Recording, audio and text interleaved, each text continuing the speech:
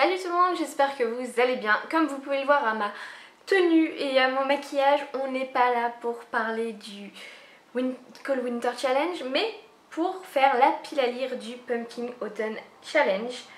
Voilà, à la base j'avais dit cette année non, j'y participe pas, ça sert à rien, de toute manière je fais toujours des piles à lire et je les respecte jamais. Et puis j'ai vu la vidéo de Gimoz et là je me suis dit mais j'ai plein de livres qui iraient dans plein de catégories, c'est génial. Du coup je me suis dit bon bah allez faisons cette pile à lire. J'ai essayé de pas trop la remplir hein, pour que ce soit une pile à lire réaliste. Surtout que moi le Pumpkin Autumn Challenge je ne le fais que pendant 2 mois, donc septembre, octobre. Puisque, comment dire, puisqu'au mois de novembre il y a le Black November et ça je ne raterai pas le Black November pour rien au monde. Du coup voilà, une pile à lire pour 2 mois, je crois qu'il y a une quinzaine de livres, peut-être un petit peu plus parce que j'en ai rajouté 2 que j'ai acheté tout à l'heure. Mais voilà, je pense que c'est faisable, voilà. Donc je ne vais pas vous reparler du challenge intégralement, je vous mettrai la vidéo de Gimoz en barre d'infos si vous voulez aller savoir plus de choses sur le challenge. Juste ce que je peux vous dire c'est qu'il est du 1er septembre au 30 novembre de base. Donc moi je filme, on est le 4 septembre, voilà, j'ai toujours pas commencé mais bon, c'est pas grave. Il y a 3 menus avec à chaque fois 4 sous-menus. Voilà, j'ai pas rempli tous les sous-menus, hein. Il y a vraiment des sous-menus qui m'intéressent plus que d'autres. Donc on va commencer tout de suite. Donc le premier menu c'est automne frissonnant. Et avec en premier sous-menu c'est je suis Médée, vieux crocodile. Avec des mots-clés tels que trahison, thriller, policier, horreur, épouvante. Et donc dans cette petite pile à lire pour ce sous-menu, j'ai quand même prévu pas mal de bouquins. Et vous devez vous en douter, c'est que du thriller, voilà. Donc tout d'abord, le petit dernier que j'ai acheté tout à l'heure, voilà, je vous fais un petit spoil du book haul de septembre. Je me suis pris L'ombre de la menace de Rachel Kane chez Archie Poche. Ça faisait super longtemps que j'attendais qu'il sorte en poche et j'ai raté la sortie. Voilà, je ne sais pas du tout quand est-ce qu'il est sorti. Mais là je l'ai trouvé à mon Auchan tout à l'heure, donc quand je l'ai vu j'ai fait waouh, il est sorti, génial. Du coup voilà, je le mets dans cette pile à lire et je pense le lire très rapidement. Toujours dans cette sous-catégorie, j'ai décidé de lire un Karine Jebel, voilà. Purgatoire des innocents, ça fait un moment que j'ai envie de le lire celui-là. Il est pas mal épais, mais bon, Karine Jebel, on le sait, ça se lit très bien, très vite. Donc, bien, c'est parfait, je vais essayer de le lire pendant ces 2 mois. Ensuite, j'ai décidé de lire La femme en verre de Arnaldur Indridason chez Point. C'est la suite, voilà, je crois que c'est le deuxième Indridason qui est... Enfin, j'essaie de les lire dans l'ordre maintenant. Et voilà, je me suis dit, ça fait longtemps, ça doit faire au moins presque... Ouais, je crois que c'était pour le Black November l'année dernière que j'ai lu un Indridason, donc ça fait 1 an. Voilà, c'était peut-être un autre moment. Bref, en tout cas, oui, ça fait environ 1 an que j'ai pas lu de Indridason, donc il est temps. Ensuite, un livre qui est parfait, voilà, clairement je l'ai acheté il y a quelques mois, j'attendais d'être en octobre pour pouvoir le lire, puisque c'est Octobre de Søren Svestrup au livre de poche, donc un thriller policier danois, voilà, avec un serial killer je crois. Voilà. Il faut que je le lise en octobre, là j'ai pas le choix, voilà, sinon je vais devoir attendre 1 an, hein, parce que je suis un peu psychorigide là-dessus, hein, j'ai besoin de le lire en octobre. Voilà, je sais pas... C'est un peu bête, mais voilà, j'ai besoin de le lire en octobre, donc eh ben, je le lirai en octobre. Et pour finir, alors celui-là clairement c'est celui que si je le lis pas, je me dis c'est pas grave.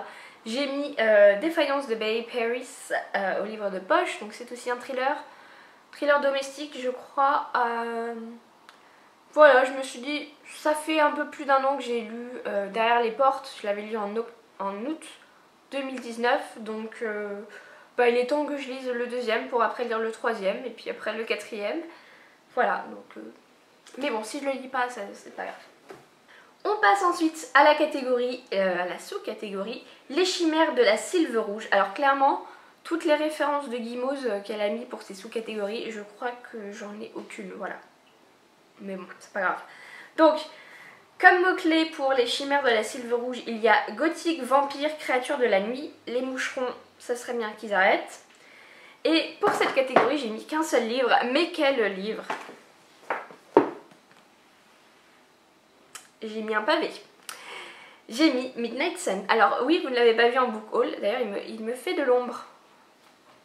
Bref, je l'ai acheté, je sais plus, j'ai craqué il y a quelques jours, voilà.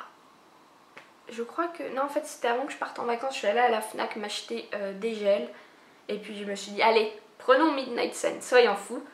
Surtout que voilà, c'est un petit peu la bonne période pour le lire, hein. Voilà, Halloween, tout ça. Donc j'ai hâte de le lire. J'ai hâte de replonger dans l'univers de Twilight, dans mon adolescence. Donc ensuite, on va passer à la sous-catégorie Esprit et Tula avec les mots-clés fantôme, fantôme du passé, histoire de famille, historique, classique. Et donc clairement, il n'y a aucun fantôme dans ma sélection, mais il y a des histoires de famille, il y a de l'historique et il y a un classique aussi. Donc on va commencer tout de suite par le classique. J'ai mis Le parfum de Patrick Süskind au livre de poche. Il faut que je lise, voilà, surtout que je travaille dans le parfum. Il est temps que je lise ce livre, clairement. Voilà. En plus, il n'a pas l'air bien gros. Voilà, moins de 300 pages. Allez, il faut que je le lise. Ensuite, on va passer d'abord à l'historique. Pur et dur, puisqu'après, on a de l'historique avec des histoires de famille. Et un où c'est juste une histoire de famille. Tout d'abord, j'ai mis Dans le berceau de l'ennemi de Sarah Young chez Pocket. Donc c'est un livre sur les Lebensborn, je crois. Je sais pas si on dit comme ça, corrigez-moi si c'est pas ça, enfin si c'est pas comme ça qu'on le dit. Voilà, donc pendant la Seconde Guerre mondiale, ces femmes qui étaient considérées comme ariennes, inséminées par des SS, je crois, voilà, et voilà, ça donnait des enfants qui allaient être des parfaits petits ariens selon Hitler. J'ai hâte de le découvrir, surtout que j'en ai entendu beaucoup de bien. Ensuite, on est dans un historique, mais pas du tout dans le même délire. Là, on est un peu plus dans les faits. Avec Dans la vallée de Anna Kent. Donc c'est un historique qui se passe en 1825 en Irlande. Voilà. Il y a une histoire avec des fées qui enlèvent des enfants, enfin, en tout cas des croyances vis-à-vis de ça. J'avais adoré À la grâce des hommes, qui était un historique qui se passait en Islande. Voilà, donc de Anna Kent, donc j'ai hâte de découvrir celui-là. Ensuite, j'ai décidé de lire La sœur de l'ombre de Lucinda Riley, donc c'est le 3e tome des 7 sœurs. Donc pareil, là on est toujours donc, dans une histoire de famille, hein, puisqu'on est avec ces 7 sœurs, enfin ces 6 sœurs, qui après la mort de leur père vont découvrir chacune leur tour leurs origines, puisqu'elles ont toutes été adoptées. Et à chaque fois on découvre aussi une ancêtre de cette sœur. Enfin, en tout cas dans les 2 premiers c'était ça. Donc il va y avoir une partie au passé et donc voilà. De toute façon ça rentre dans Histoire de famille déjà. Et ensuite l'autre livre que j'ai acheté tout à l'heure, c'est La mémoire des vignes de Anne Ma chez Pocket. Donc c'est un livre qui a l'air de se passer sur 2 temporalités. On est avec une histoire de famille, donc on est avec Kate, une sommelière à San Francisco qui retourne en Bourgogne dans le domaine familial. Voilà, donc ça va être une histoire de famille et il va y avoir aussi une partie histoire dans le passé qui se passe pendant la Seconde Guerre mondiale. Donc j'ai très hâte de le découvrir, je n'avais jamais entendu parler de ce bouquin. Tout à l'heure j'ai juste vu la couverture et je l'ai trouvé magnifique et du coup voilà, j'ai lu un petit peu la 4e de couverture et des avis sur internet. Du coup j'ai craqué et j'ai hâte de le découvrir. Recommandé en plus par Tatiana de Ronet. C'est du coup la transition parfaite, puisque ensuite j'ai décidé de lire Sentinelle de la pluie de Tatiana de Ronet au livre de poche. Donc là on est avec une famille qui est réunie à Paris pour fêter l'anniversaire d'un des leurs. Sauf que en fait il y a des pluies diluviennes et voilà, et du coup ils sont un petit peu tous coincés à la maison et il va y avoir des... Voilà, enfin ils vont se disputer entre eux, il va y avoir des secrets, enfin voilà. Une histoire de famille par Tatiana de Ronet que j'adore, donc j'ai hâte de le découvrir. J'aurais pu aussi mettre dans cette catégorie, elle s'appelait Sarah, peut-être que je le rajouterai, voilà. Parce qu'on est dans de l'historique avec elle s'appelait Sarah. J'ai hâte de le lire aussi, lui aussi. On va ensuite passer à la deuxième catégorie qui est automne, douceur de vivre. Et là, je crois que j'ai deux sous-catégories. Donc tout d'abord, la première, c'est fafnir ton assiette, sinon pas de piécettes. Je pense que ça est en lien avec un jeu vidéo peut-être. Je ne sais pas. Et du coup, les mots-clés sont créatures légendaires et fantastiques, petit peuple, féerie, contes, légendes, mythes. Et j'ai décidé de mettre jamais avant le coucher du soleil de Johanna j'imagine, Johanna Sinisalo chez Babel. Donc là on est en Finlande avec une histoire de troll, voilà, un petit troll. Il y a un photographe un jour qui va voir des jeunes en train de faire quelque chose à un petit animal, sauf que ce n'est pas un petit animal, c'est un petit troll, voilà, et il va le recueillir chez lui. Ça a l'air assez perché, mais j'ai envie de le découvrir, voilà.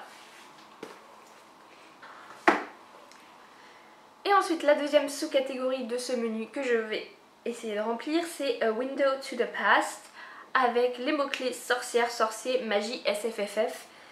J'ai du coup décidé de mettre 2 livres, dont une relecture, donc on va commencer par ça. J'ai décidé de relire Harry Potter, ça y est, il est temps.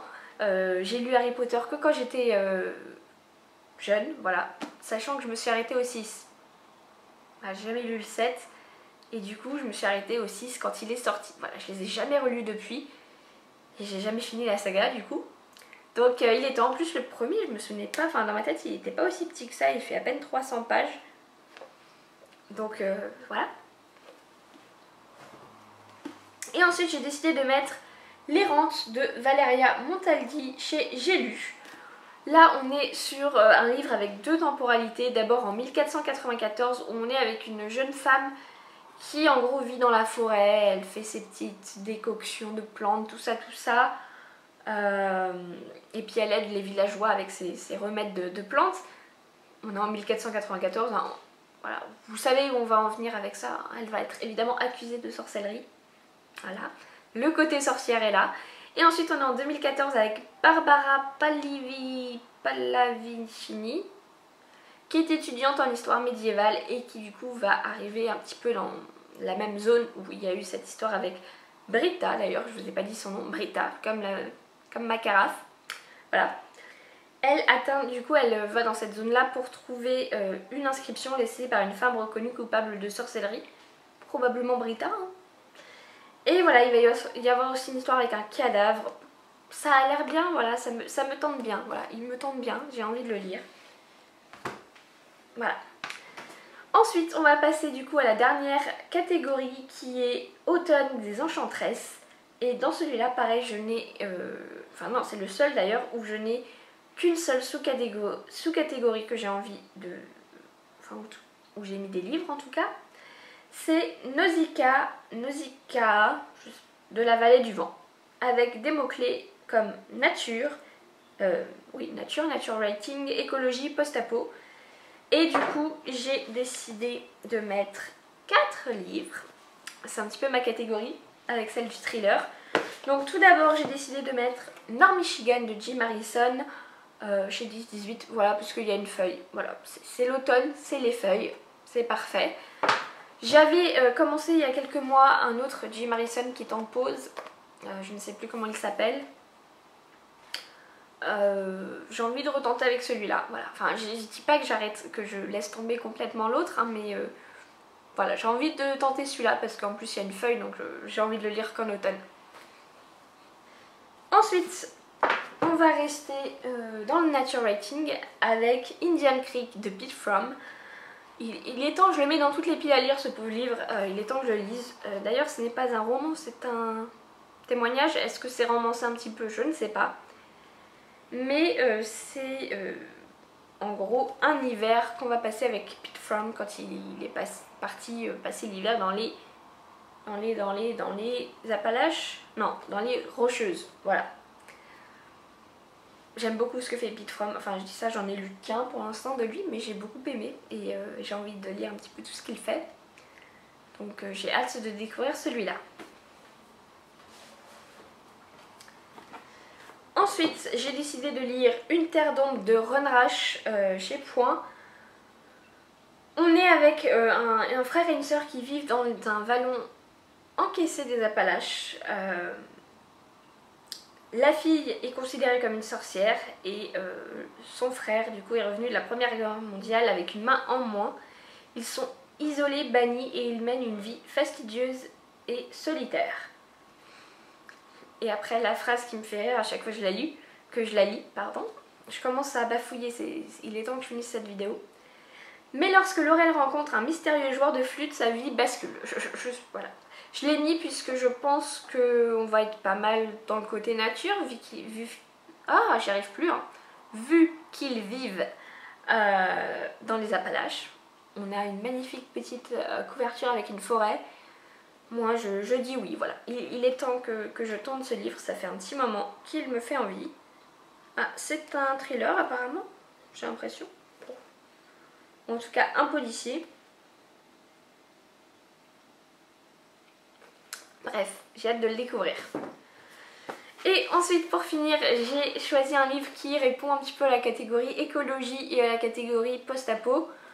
J'ai décidé de lire Une histoire des abeilles de Maya Lunde chez Pocket. Alors ce livre, on se retrouve à 3 époques différentes avec 3 hommes qui ont tous un lien particulier avec les abeilles. Sachant que je crois que du coup il y a dans le passé, il y a à peu près dans notre présent et il y a dans le futur qui est un futur un petit peu post-apocalyptique où je crois que les abeilles n'existent plus, en tout cas telles qu'elles sont à l'heure actuelle. Hein. Voilà, ça fait un moment que j'ai envie de le lire, j'avais beaucoup aimé Bleu de l'autrice. Et là voilà, donc Une histoire des abeilles, roman écologique et post-apo en même temps. Voilà tout le monde, c'était tout donc pour cette file à lire pour le Pumpkin Autumn Challenge. N'hésitez pas à me dire en commentaire si vous y participez vous aussi. Je vais vous laisser et on se retrouve très bientôt pour une nouvelle vidéo. Salut!